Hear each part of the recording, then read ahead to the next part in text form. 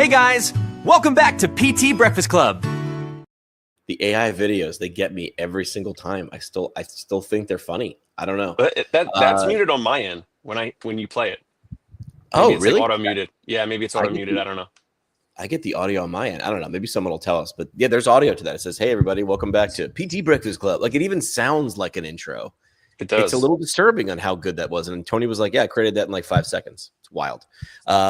Dave Kittle, Drew McKay, Tony Martato, wheeling and dealing in the background. He might jump in. Tony might be. I don't know if he'll say publicly what he's doing. So here's the way to tease a segment: the $75,000 fine that started with a telephone pole, and in my opinion, totally worth it, right? Yes. Dave, that's the setup. Now you come in with the story. All right, this past weekend, shout out to my buddy Ryan Johnson and his wife Blenda. They are expecting. We were at a co-ed baby shower. Sometimes, a lot of times baby showers are just the women only. This was co-ed. This was awesome. It was in Brooklyn. One of the folks who sat at our table, this guy named Sandler, he's a divorce attorney.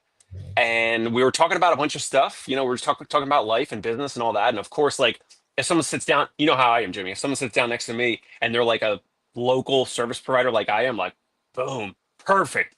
We're gonna talk about anonymous challenging clients, like all that stuff, right? And however we came across it, like I think he mentioned something about Google Ads, and I'm like, yeah, of course we use Google Ads, whatever. We got into marketing because we're business nerds, and I think I had just straight out asked him like, well, before Google Ads, like how did you like probably word of mouth, right? Like how did you build up your practice? And this divorce attorney said that he was putting the tear off, like the flyers with the little cut, like pre-cut tear offs at the bottom. Like most of the time it's like for music lessons, dance lessons, right? Dog walker or whatever, like that type of stuff. And so this attorney, this was, I forget how many years ago, maybe close to 15 or so years ago. He was papering all the telephone poles in his whole area of Brooklyn. And he did it for 2 years. And what's bonkers is that it worked. He got people to call, and then some of them convert to paying clients who needed help with their divorce. Like, I mean, that, first of all, just that blew my mind. I was like, the fact that people, so then I'm thinking immediately he keeps talking, right? And I'm just like, let's see, should I start doing that? Should I do it myself? Should I pay some people? I know like on certain streets in Manhattan, like Park Ave and Fifth Ave, like I'm thinking like there's never any flyers up, right? Because I don't know if it's like too bougie or there's like some, Park Ave cleaning committee or, environmental, whatever. There's more to this story, but are you surprised in New York City or in Brooklyn, but New York City, that people actually tore off this guy's name and number and called him for a divorce attorney? Not for that. Like, so first of all, I love talking about this, and I don't think I'm an expert at this. I love digging into it, right? So like when you bring this up, my whole thing is like, cool, why'd that work? Like almost like an engineer. I'm not saying I'm an engineer, but I do love like taking things apart that are not technical and trying to put them back together. So like people don't buy the best. And I actually have a LinkedIn post right now, which I saw it. Semi blowing up, and which came from someone else's idea. And I'll start with that, and it makes sense. Eric Mera taught me when I was a student. He's like, and I think I wanted to be like a professional sports team PT at that point. And I was like, how do I do that? And he's like, 3 A's. I wanted that at some point too. Like, and then I didn't want that. Right. Yeah. And I think I didn't want it because Eric explained how to unpack that. So anyway, we'll get to it. The 3 A's: available, affable, adequate. I think there's a lot of people that think you need to be the absolute best at everything or the thing that you're doing. And Eric, and I don't know if you agree or not, I think you need to be good. You need to be a B+, right? But the juice versus squeeze ratio of going from a B+ to an A+ is so huge that you don't have time to do the other things, which is available and affable. So now I'm going to make it, here comes the tangent to your divorce attorney. People buy what not my divorce. Not your divorce attorney. Sorry. Yeah. But people buy who they know and what they know. Like, I'm sure if there's people who are doing the absolute craziest amount of research of which divorce attorney is going to be the best or whatever, the lawn guy, but we sort of buy who, on average, overall, we buy who we know. If we have that problem right now, I pull the trigger. Or if I mentally save it for later and then have the problem later, I then go back through my mind and go, wait a minute, who is it? It's Roto-Rooter. I've never actually had a toilet clog so bad that I needed to bring in a professional. But when I do, it's going to be likely Roto-Rooter, or I'm going to go and search those things, right? So I guess if you're the solution in someone's way while they're thinking about having to solve that problem, you win. And while you were just talking, I just asked ChatGPT to give me a timeline of how people got business through history. Number one was the town crier, the guy who stood in the middle of town and yelled. And you could pay the town crier, and then people heard about you. And then word of mouth. Word of mouth has always been there. But if you only rely on word of mouth, water sort of finds its level, right? If you were good, the town knew. And if you sucked, the town really knew. Like, word of mouth is the original Yelp. Yep. Next was the Yellow Pages and Classifieds, which was how can we put all of these solutions together in a book and then just hand deliver them to people, right? After that, what would be the major milestone after that? In terms of evolution of hearing about other businesses? Yeah. So you've got town crier, and then you've got newspaper ads or whatever. Newspaper, right? Mass media, which is like billboards, signs, and newspapers. Like let me put because now you have people going along a route for a billboard and newspaper. Then of course the ads and the way we find stuff start to parallel technology, newspaper, radio, television, the internet, which people I worked with in radio told me was a fad and wasn't going to do anything to disrupt newspaper, TV, or radio. A lot of those dudes don't have jobs right now, right? And then, of course, next thing was like SEO was king. Google was king. And now it's like social media, influencers. So the reason I'm highlighting this is this divorce attorney just went backwards because it wasn't crowded, because the telephone pole wasn't crowded. Also, he said at the time, like, he had, student loan debt and didn't really have a lot of money, right? So he had more time than money in terms of paid marketing, in terms of, budget to allocate to marketing. So he didn't have the money to, this was, still 15 years ago, like Facebook ads were still around. Facebook ad you could have done. I think Yelp was still around then, or early days for both of those platforms. He could have done, I don't know where else, like paid. Could have been newspapers, right? Could have been, but he didn't. He did the guerrilla marketing, hustling. That's the thing. He's not going to outspend Smith and Smith Law. You can't. Like, if you're that guy, you're not going to win there. So I have a steal this strategy segment. I'll bring it up, but it shows that, like, you're not going to out Amazon. You're not going to outspend Smith and Smith Law if they're the attorneys at law. So he didn't, and he went hyper local. He also, like, hey man, as a divorce attorney, where was he, in Brooklyn? Brooklyn, yep. He doesn't want clients from Jersey because either they're not going to come all the way in, or he doesn't want to go all the way out. Like, the juice isn't worth the squeeze unless it's $1 billion divorce case. So he's playing where his people live. So he started, I know Simon Sinek is big on start with why, but you and I we've had this discussion. Start with who. So he thought about who his audience was. Listen, hey, in this 30 block radius, statistically, people are getting divorced. And statistically in New York, people walk around. Like, the telephone pole model wouldn't work in my town because I live in a small town. People don't walk around. No one walks around there. No one walks around. But every 3 blocks, you're stopping for 3 minutes to stand on a street corner. And if you're not doing this with your phone, you're doing this. Now, this isn't an ad. Dave doesn't bring this up because he's like, everybody triple down on telephone pole ads, put it everywhere. That's not what we're saying. We're saying, like, actually walk in your audience's shoes, which for a PT is pretty good because we want to understand where they're moving and where they're not. That's why when I brought up, hey, what if you put ads in my local hockey rink when I play beer league hockey, like, every dude at some time or another when we're putting our Banged skates up. up, complaining about something, right? And listen, out of every dude in the league, there's 100 guys in the league. Not all 100 of them are going to go to PT, but that ad probably pays for itself after one or two clients actually follow that. And then hopefully they get back to the original town square, which is the locker room again. Yeah, I went and saw John. It was awesome. I'm actually feeling a lot better.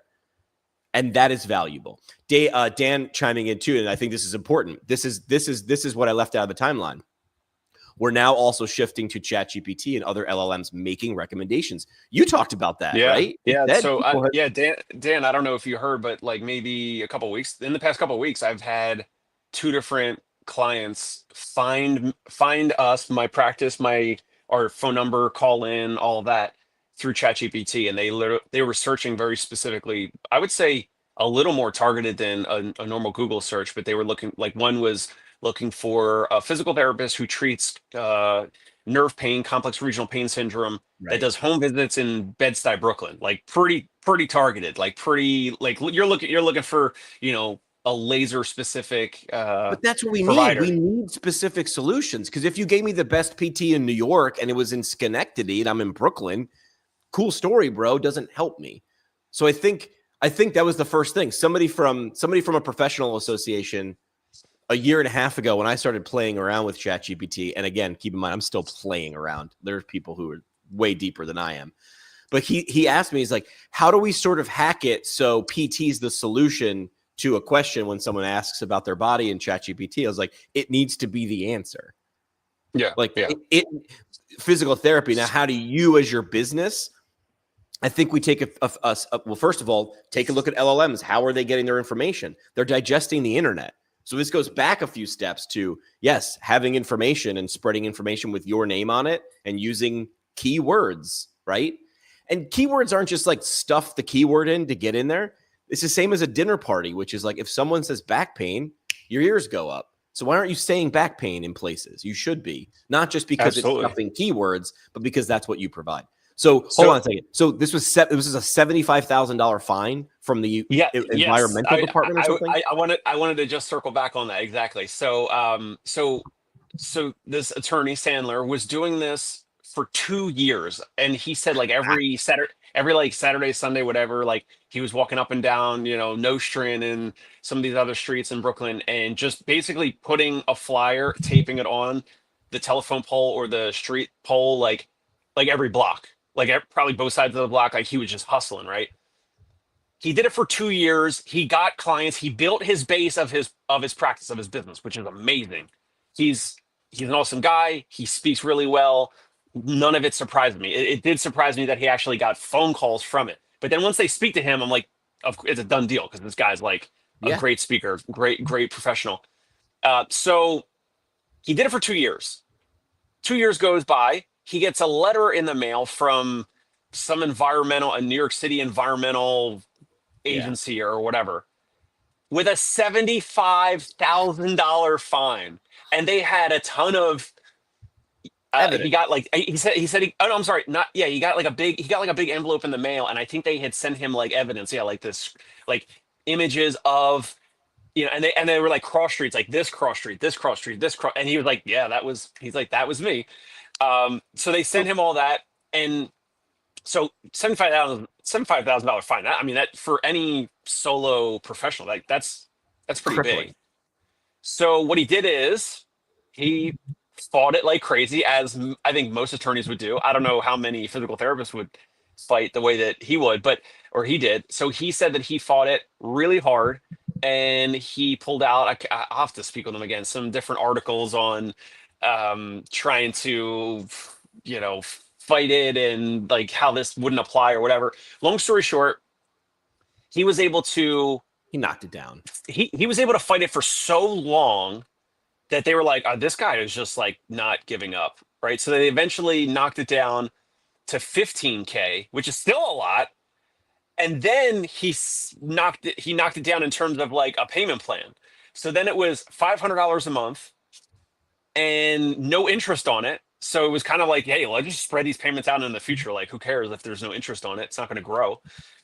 And so he did it that way, and it just like, and I did ask him, I'm like, would you do that again? Like, would you go through that again? He's like, absolutely. It's like, it grew his basic clients from zero to a practice to a business, and he got through all of the fighting with the city on it, and now I'm thinking, how could don't get me in trouble, anyone, but if you're listening to this, how could, and maybe it's not a good question, because I'm thinking, how could I do this with like a different phone number and not put my brand on it or whatever? Because I'm thinking like that actually worked.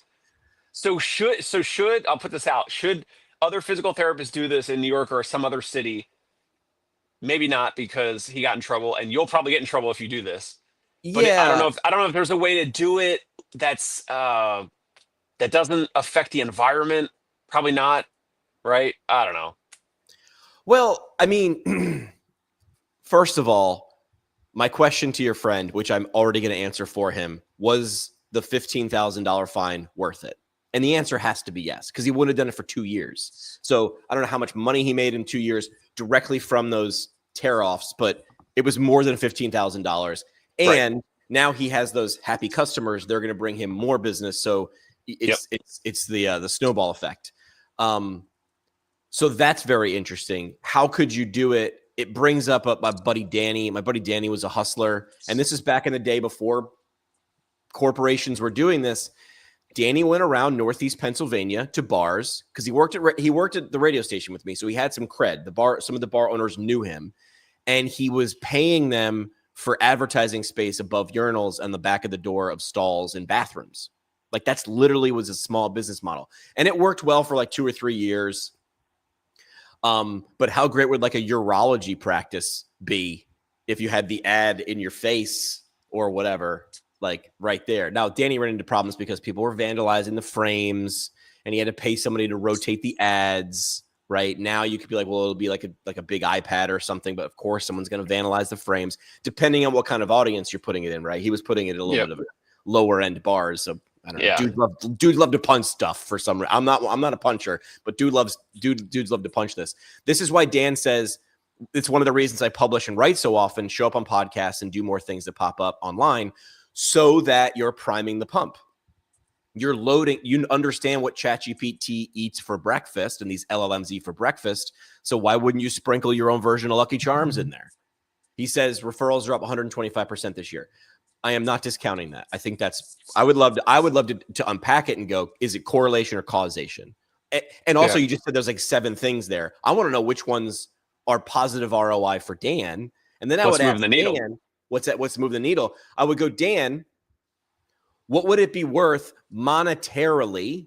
Because Dan's like a numbers guy. He's an owner. So if he showed up with Marcus Lemonis or John Taffer, my guess is, from what little I know about Dan, is he would know his numbers. I would say, at what point, at what size of a practice is the juice worth the squeeze on having someone who works for you full time, whose job is filling Dan's podcast calendar, creating the content? You remember who D-Rock is or was, right? Yeah, of course. The Gary V's videographer. Editor. 10, 15 years ago, Gary Vee went on Craigslist and was like, I need someone to ascend. This is the creepiest ad ever placed, but it worked. It helped build an empire. Gary Vee went on Craigslist and was like, need a videographer to literally follow me around all day, every day, 8 hours a day. Your job is to walk around with a backpack filled with gear. And when I just go, hey, I got something. And that was the dumbest idea ever. Like, if you looked at that idea, it didn't make any sense. And yet it made complete sense. So my question is, like, are we already past that point where practices, I don't know what the size is though. Like, you're not going to hire someone full-time, but you might part-time someone. We already talked about that. Maybe you shoot and that person edits, and because there's a process, there's a lot of it. My question is, at what point, and I've asked this question before, the idea is media companies used to have IT departments, and now technology companies have media departments. People don't come to the radio station first to get their entertainment. I worked in radio for 15 years. I've got Apple Music. Like, I don't go to listen. That's not where I go to find things out for the first time. So my question is, is anybody, I know Rehab to Perform does it. I don't know if it's one person's job, but they're big enough and it makes sense. I would love to track the numbers because that would be an interesting job. I would love to talk to someone who does that, specifically in rehab or medicine, media. And I did some of that, but I got to be honest, the organization that I did it for, we dipped our toe. They hired me and thought it was done. I was like, no, now you need to create so much stuff. You got to keep me busy. You got to make me tired. We didn't. It was cute, but it wasn't impactful.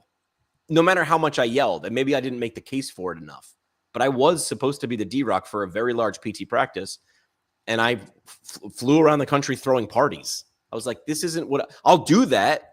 While I'm there, though, why aren't I recording 6 videos? And I was like patted on the head and told that's not important. And I was like, should have been, yeah. I thought so.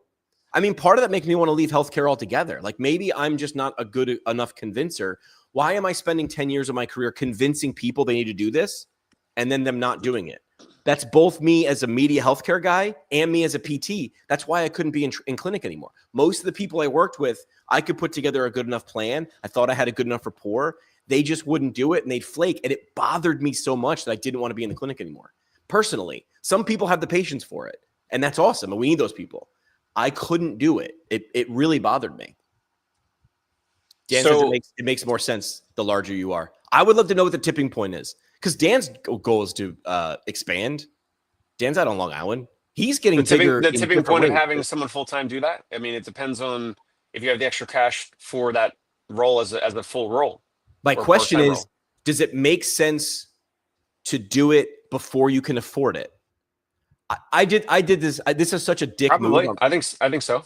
Yeah, that's what I mean. Like if you get to the point where you don't need it, you're past the point where you need it. Here's the dick move that I did. I'm not going to say where I was working, but I was working for a healthcare organization and my job was creating media. And I had a process. The problem was everybody wanted the result. This was in research too. Everybody wanted the result, but not everybody wanted to do the work to get there. And I wasn't asking them to do all the work. I was like, hey, we're going to shoot some videos in the next week. Can I get on your calendar? And I kept getting absolutely in a week, I kept getting punted. They kept postponing it, right? So I, in a very high level email thread, hit reply all and said, CBS News wants to come tomorrow morning and do a story on this for us. Who can be on camera? Who can be available? And everybody said they'd show up. And then I said I lied. It wasn't. CBS isn't coming.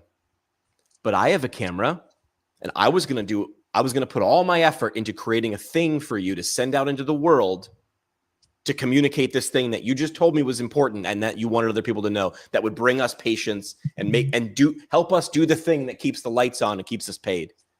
And that was the moment I knew that I was in the wrong spot. Like they didn't care. They were, CBS. So I was like, you have 2 choices. You can wait around for CBS to show up. And I'm not saying the PR people pitching to CBS when you have a viable story is a good strategy. Yes.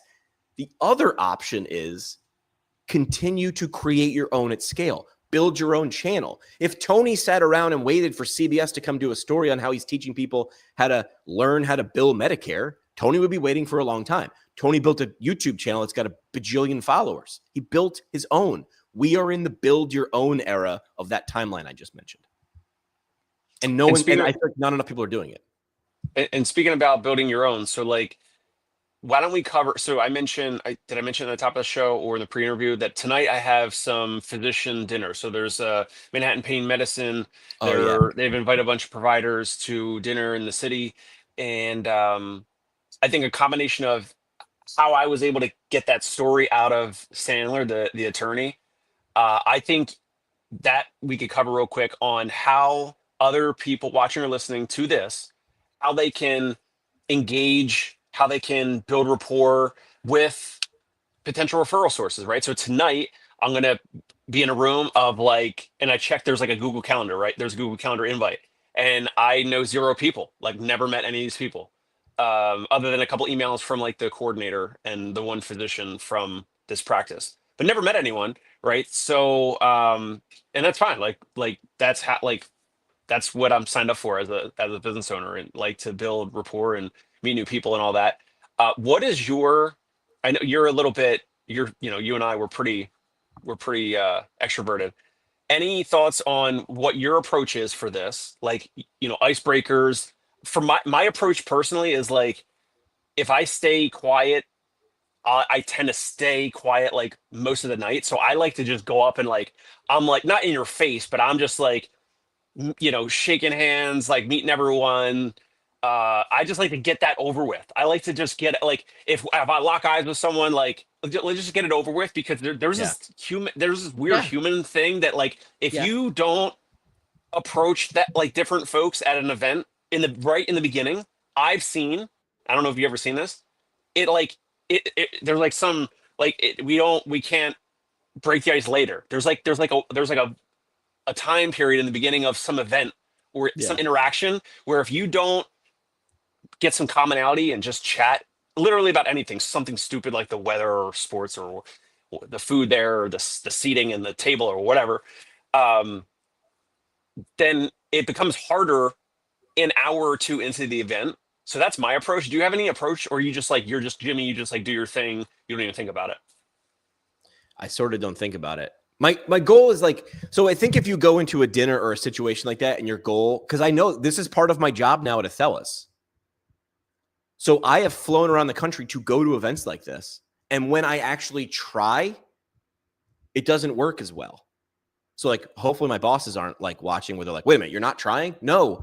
When I go into it with my goal is like interact with as many people as possible, I tend to meet more people. When my goal is like find referral sources, that's when it doesn't work. So it's almost like it's like Newton's laws. It's like the harder I push, the harder everybody pushes back. I go in with like, tell me about you. Like people people traditionally love talking about themselves, right? So like, hey, like tell me your story. Like where are you from is sometimes works and sometimes doesn't. I've been yelled at. That's not a good question to ask. I like to ask like excited stories. Like what are you working on? Like, what do you do, and what have you worked on in the last 6 months that super excited you? Because it gets their brain on the actual emotion of excitement, and then they're excited to tell. Oh, let me think about that excitement. Like, where are you from is a closed question. I am from Brooklyn. All right, great story. Like now, if you're like I'm from a part of Montana, but I don't have anything like I don't have any questions, but I'm like I've always wanted to see Montana. Oh, that's great. We're always open. Come on up. Like we're chasing the tail. So I learned this trick a long time ago. Like, are you working on anything exciting? I actually talked to my former morning guy yesterday. So this is the guy who was my morning broadcaster for close to 10 years. And he just had a knack too. He could be a killer salesman, but all the guy wanted to do was just be a radio morning guy. He was so good at it. But he would ask questions like that. He would ask questions to rock stars, to people who constantly get interviewed. And you would listen to these actors, celebrities, rock stars, because he researched them, but he also just asked good questions. Like, tell me how did you get the name Nickelback? Is a shitty question. Do not ask that to Nickelback. It's just a bad question. You could Google that. Right. But I like what's exciting you right now, where you're working on right now, because like for example, at this dinner tonight, like I don't know if there's any.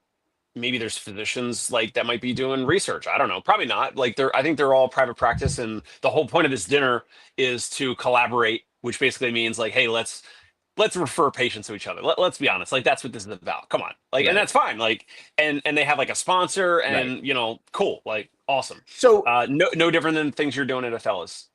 Well, that's literally just going to ask, which is like, how would you like to be pitched a dinner like that? Because I could do that in my full-time role. We've talked about me maybe doing that with you. How would you frame it in a good way? My initial gut reaction is be as honest as possible. Like professional networking event, or say it in a cool way. What was the thing you said? Synergy? Professional synergy? Let me pull it back up. Provider Synergy Dinner Series launch. So this is maybe the first. A series means next time I can maybe invite Jimmy McKay. Maybe there's going to be more of these. So there's this event series, and I think I talked about this. It's called Health to Tech, and I interviewed Alex, who's like the guy who started it, and he came from Ukraine to America, and he's a tech entrepreneur, and his essentially, I'm paraphrasing his story, but was like, the people who succeed tend to be connected to a lot of people. I'm not from this country, so how do I meet people? So he threw like impromptu networking events. health to tech. It tells you exactly the two circles that he wants to cross at the events. And he does. And again, that says series. This is the launch, which means this is number one. There will be others to follow. Alex's secret with health to tech is he goes Boston, New York, Philly, Chicago, DC, Boston, New York, Philly, Chicago, DC. He shows up once a month and does the rounds. That's his version of the telephone pole ad. I'm just going to throw the party and people are going to come to me and I am now associated with that party. People think of Alex. And then you can, what's one thing I might do is ask a question or like stoke the fire, kind of like speed dating. Like last night I was out with a bunch of my friends from elementary and middle school. I thought you were about to say you were out speed dating last night. I was not out speed dating last night. I was out with my friends from elementary and middle school. I was out with these yahoos who all have jobs. That's a nice pick. That is a nice pick. We were out to dinner and I asked one question. I'm sitting around going, because when there's 8 dudes, there's like 2 dudes telling a story and 3 dudes, but I wanted to pose a question to the whole group to see what I wanted them to think, right? I wanted them to think about an emotion. And the question I asked was, what's one thing about your life right now that high school graduation, because it was also the week of high school graduation this week, right? So some of my friends' kids are graduating. So the question was, what's one thing about your life right now that high school you would have high-fived you for? And I love the fact that after I asked that question, it got real quiet for about 5 to 2, because they were like, huh. That's something you got to think about for a second. Yeah. Like the dude in the middle, the bald dude in the middle, he's my town he's the chief of police in my hometown. And he was not predicted to be an upstanding. He was a nut job. He would love me for saying that. But he was like, I want to be a cop. And then he became a cop. He's a New York City cop, did that for a long time. Then he came back up here, was a town cop. Now he's the chief of police. Like not voted most likely to be chief of police in high school. So like that was the thing. I looked at him and I was like, dude, that's what 17, 18-year-old version of you would high five you for. That's just an example of like how to ask that question to get people thinking. I think you can only win when you do these types of events. I'm trying to think how to harness it with a tech company, right? Dan's got some pro tips for dinner. Hang on. I'm going to read this live. I did not vet Here we them. go. Collaborate to research with these providers. Outcome. Oh, I see what he means. He's saying like connect later. Outcome tracking gone, patient out of network, typical type outpatient via typical outpatient. Lead one of those series and show how your practice differentiates and how it works. The patient journey and experience. Create an SEM fence of that area tonight for a 5-hour window. So any ad, oh, that's smart. So you can target it because you know the location and who's going to be looking. Okay, interesting. Not bad. So let me ask you, with your friend's dinner last night, was it a long table? Circular table? It was a circle. It was a circle. Okay. It's the best way to do it.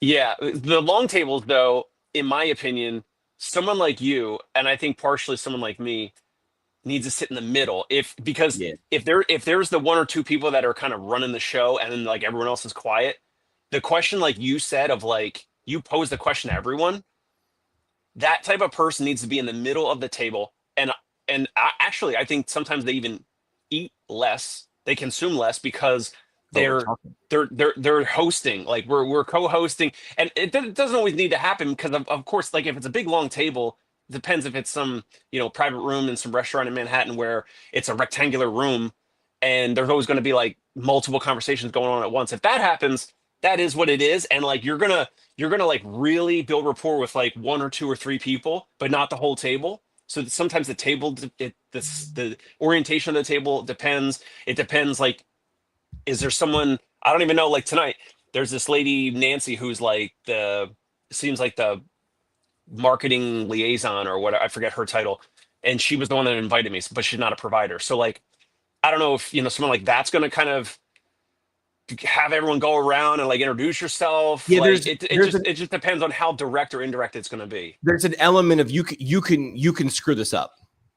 You can do that. You can do too much. Do you know what I mean? Like you could have taken the telephone pole thing and you could have like created a strategy, and you could have you can do too much. You can screw this up. If Like you're the host or if you're an attendee? If you're the host, you can put too much seasoning in this. You can try too hard. Yeah, Like so if you're like, I think you need to create the environment, a good environment, and maybe put something in front of people like an idea starter or something. But when people start at conferences, like start doing scavenger hunts, I'm like, too much. I'm not doing a scavenger. I'm 45 years old. I'm not doing a scavenger hunt. We don't need to do an Easter egg hunt. Yeah, I don't need to do that. That tells me that you need to put lipstick on the pig. It's lazy. It's lazy. It's lazy. Yeah. It's more work. Ironically, it's lazy. It means you didn't do the right work. You didn't create the right environment for success. Like they'll do because I've been to a million conferences. They're like, we need to get more traffic to the vendors because the vendors, if they don't like it, they're not going to come back next year. And the vendors are what pay for everything. So let's do a scavenger hunt. Trust me. The vendors hate when you do that. It's dumb. It's lazy. I'm just here to get my stamp and move on. Maybe you should have structured your day. I went to a conference. I went to the HFMA, Healthcare Financial Management Association conference. I've been to AOTA. These conferences do a service to their vendors on the very first night. APTA has never done this to my knowledge. Not that I've been there. Here's what they do. They kick off their conference. Like, let's say the conference really starts on Monday. They do a Sunday night thing where they bring in like a keynote, like a headliner. They hire like a motivational speaker or something from outside the profession, somebody who can really tell a story, right? They do their introductions. The president of the association talks. Then the motivational speaker comes on and tells a story, emotionally brings the audience through the story and leaves them either like Tony Robbins fired up or in tears, whatever. And then they go, thank you for coming. This is just the start of this next 3 days of whatever.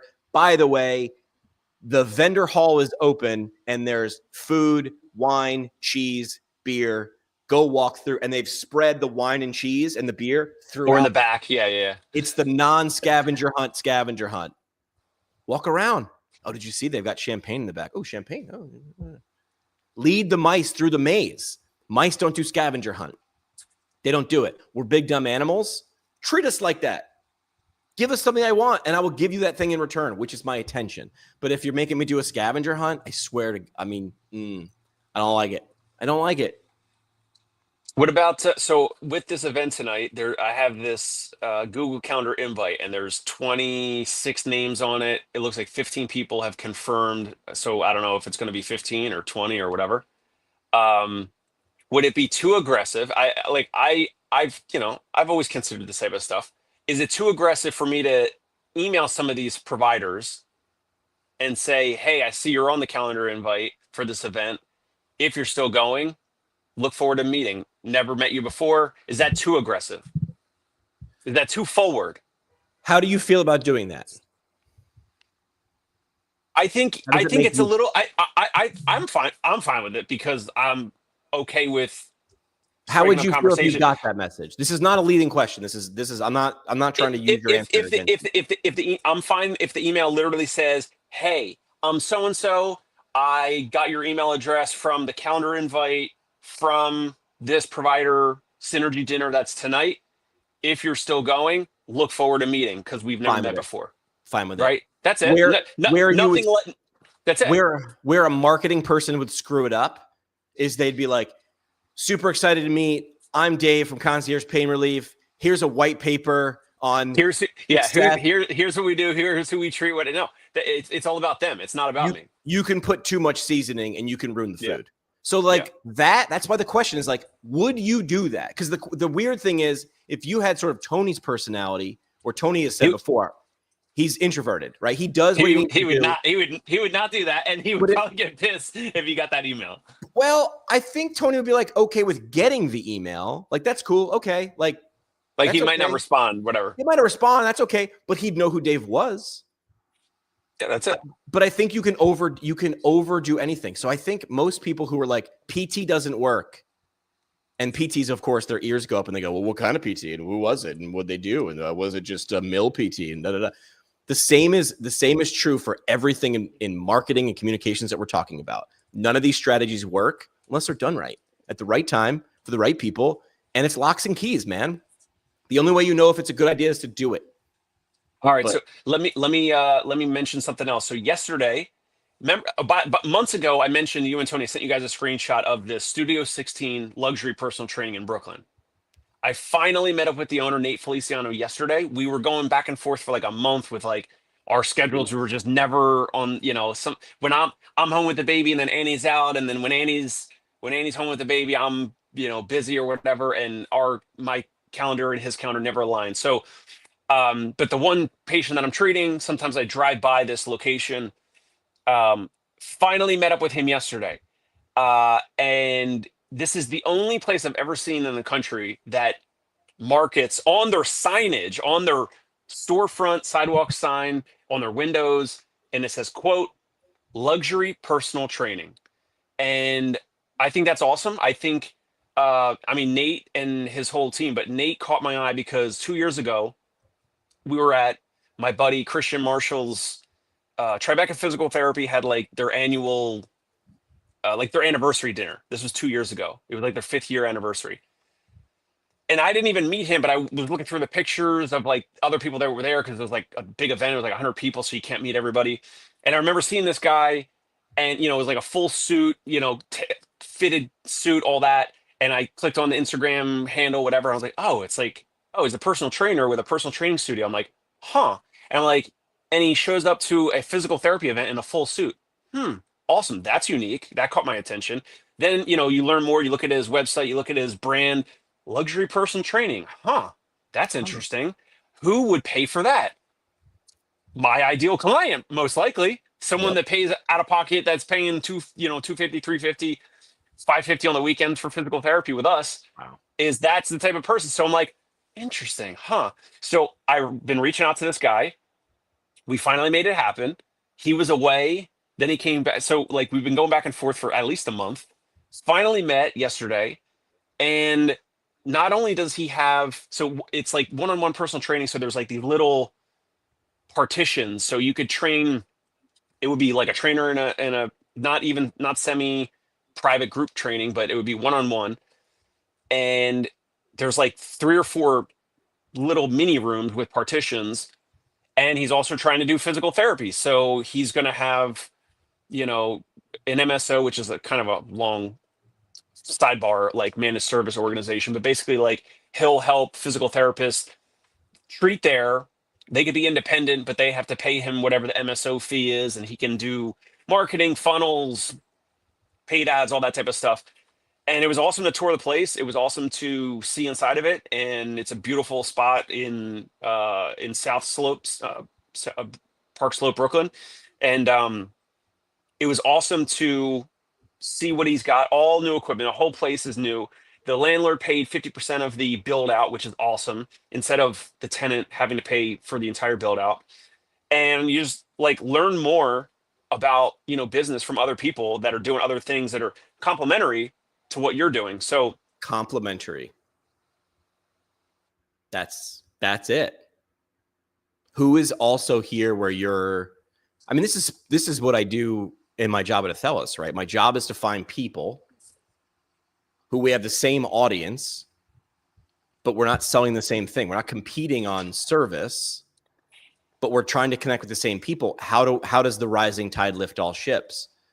Do you think in PT, I think it's changing, but do you think maybe like 5, 10, 15 years ago in PT, we were so medicalized that we're like, well, we just wait for the referral, and then because we're downstream, so we just wait and then just be nice and be a good soldier and don't do any of the things we just talked about. Just wait and be nice and hold your breath. I don't know. It felt like that to me, even over just the last 10 years since I showed up in this profession. Say it again. It felt like what? It felt like a medical process.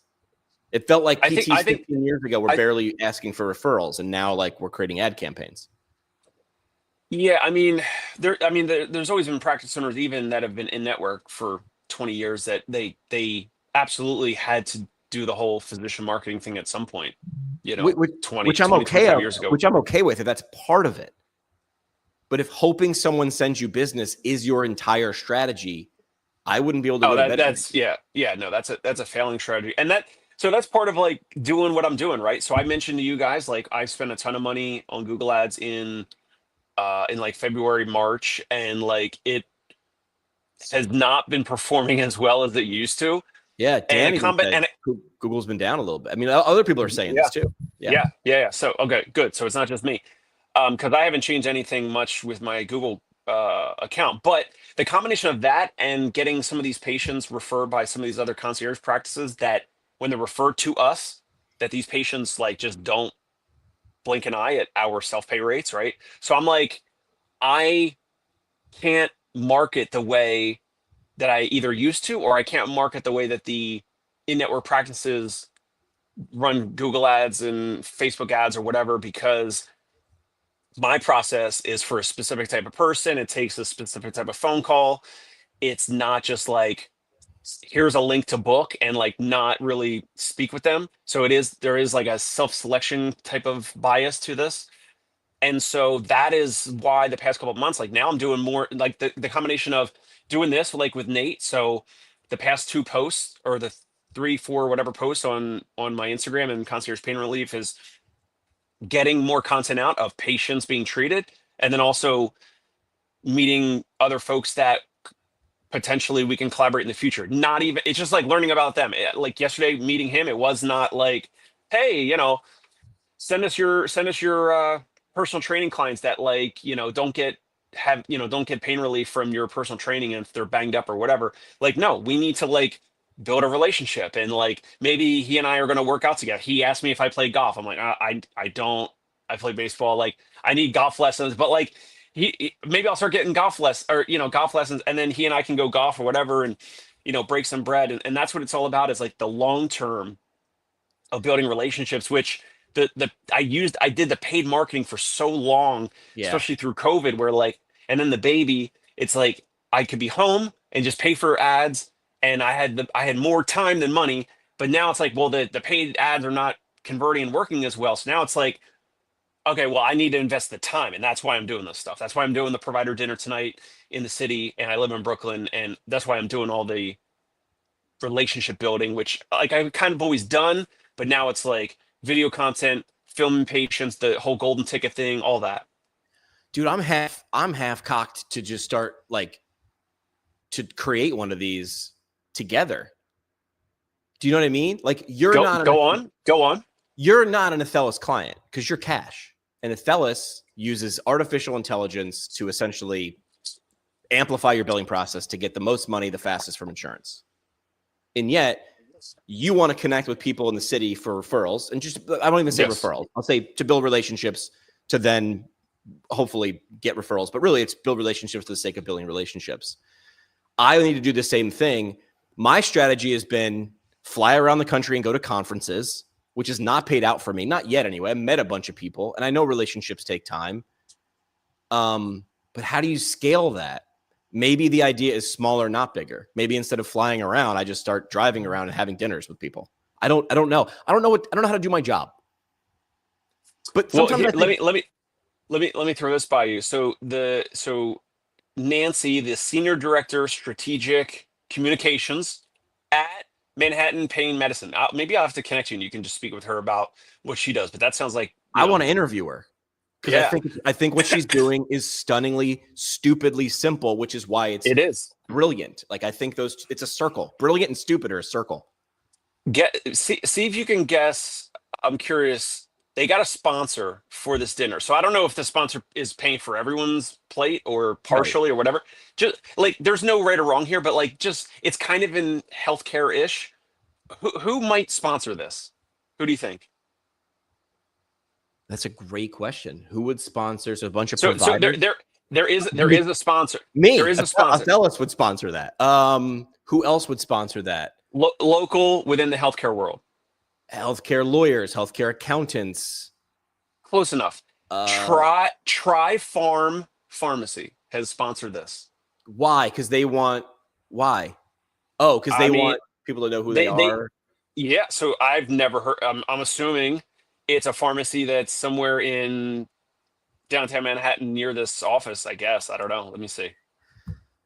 Staten Island. Because the ROI, I guess, for someone knowing and using your pharmacy or suggesting your pharmacy is probably insanely high. Right? Like if a provider starts suggesting yours versus another one, the ROI on that is worth 100 dinners, 1,000 dinners. I don't know. All right, I just Googled it. Okay, the dinner and the practice Manhattan Pain Management is in Manhattan, like near Washington Square, right? So like downtown. Downtown. And this Tri-Pharm, Tripharm, Tri-Pharm Pharmacy is in Staten Island, which that doesn't make sense at all. Because like, well, that might just be where their home office is. They might have satellite offices, right? Well, I don't know. I guess I don't know. There's no locations other than the Staten Island address on their website.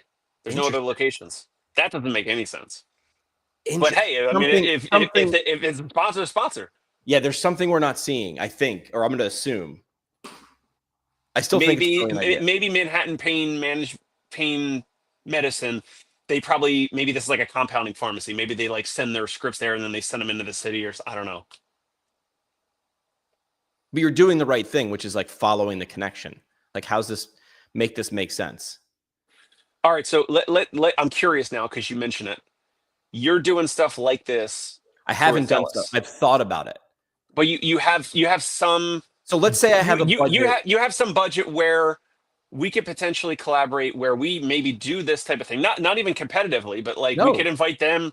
Yes. And I want to build relationships with other practice owners, either for referral and partnership, or some of these owners, if they're older and they're looking to sell or whatever. That's also, we're trying to do that as well. Yeah.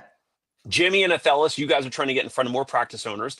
Athelis is a artificial intelligence, EMR, revenue cycle management company. So you guys have cash and there's a budget, so you might be able to host this. So I'm interested. So what I don't want to do, this is a good exercise, and we can talk about this because we got like 9 minutes left, or we do it like speed ideaing, which is what we used to do in radio. All the ideas happen in the hallway. The idea is I wouldn't want to just spend money for the sake of spending money. Like, I almost want to go full circle to your buddy who got the $75,000 fine for putting his ads on telephone poles, which is like, if you had $100, what would you do? Okay, I'd do this. If you had $300, what would you do? The lazy thing is, in radio, it was like, we need a new contest to get we need to increase our ratings. It's like, give away $1 million. It's like, that's lazy, dude. We're never going to get $1 million. We're a radio station in the middle of nowhere. Be creative. And that's where I like constraints. So let's say it was $1,000 or less. You could have one dinner. I mean, in New York City, you're not going to, I mean, how many people can you have to dinner? What, like one?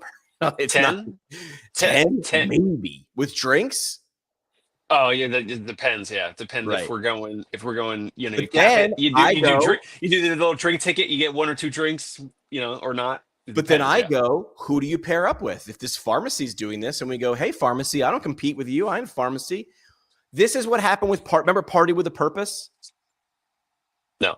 Party with a Purpose. I went to 1 million CSMs, and the thing that pissed me off about CSM was it was the combined sections meeting. Everybody would come together. And then at night, everybody would go off to their own parties. Ortho people would have over here, neuro, peds. And we like to say physical therapy wants to change the world. But like at the end of the conference, we just all went home and we didn't leave anything behind. We spent some money. We had hotel rooms and dinner and all that stuff. So I was like, yo, we want to change the world. And I know you're all spending 10, 15, 20, 30 grand on parties.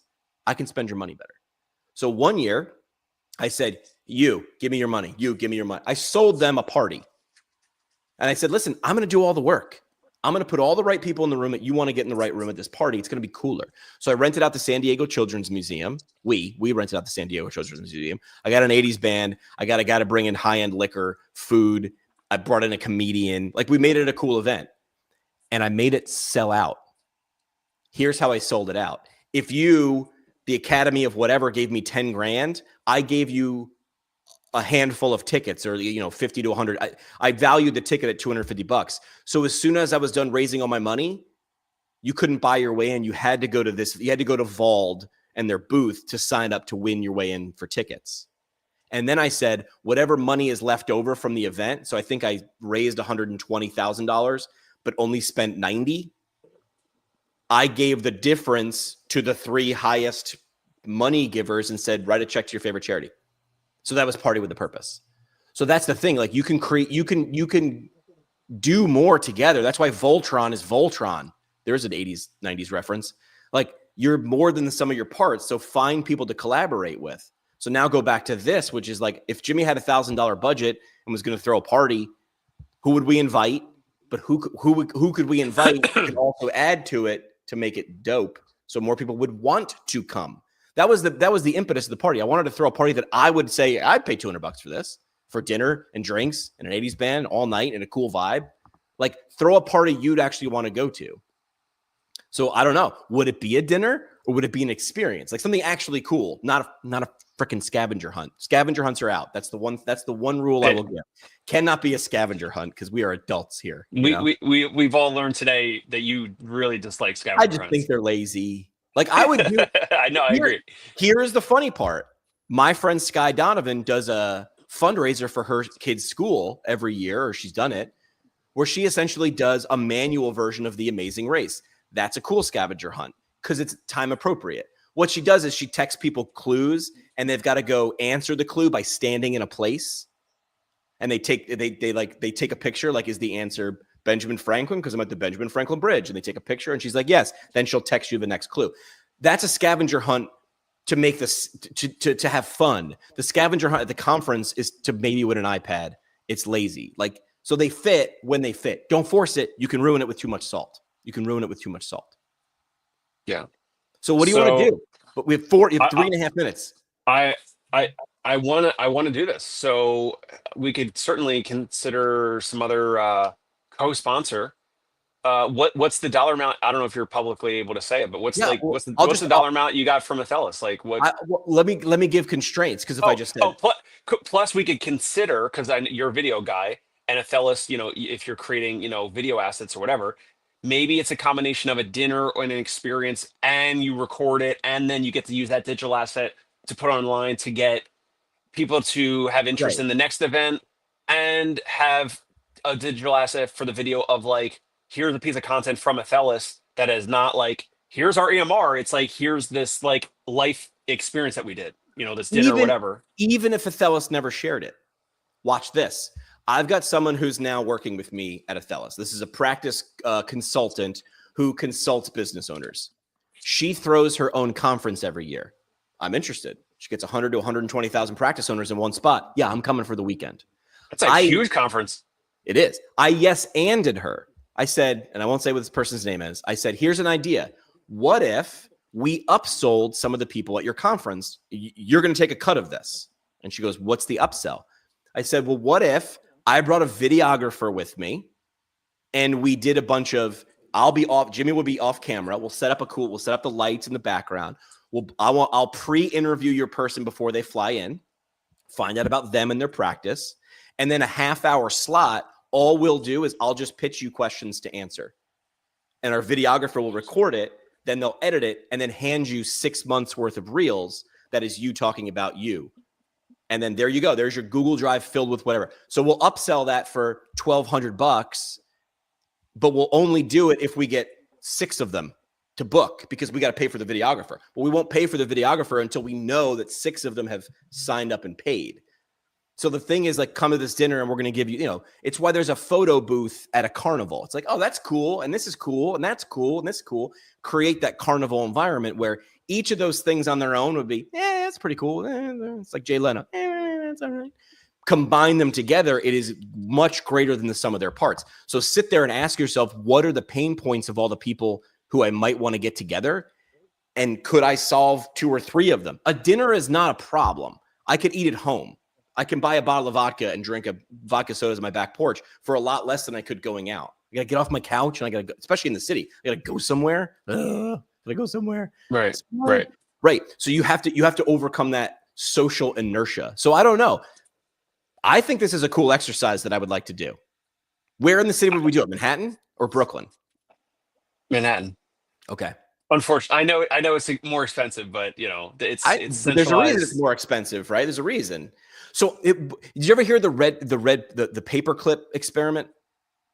This guy had a paperclip and he traded it for a stapler, and then he traded the stapler for something, and he got a house or something like that out of it. He just kept bartering, right?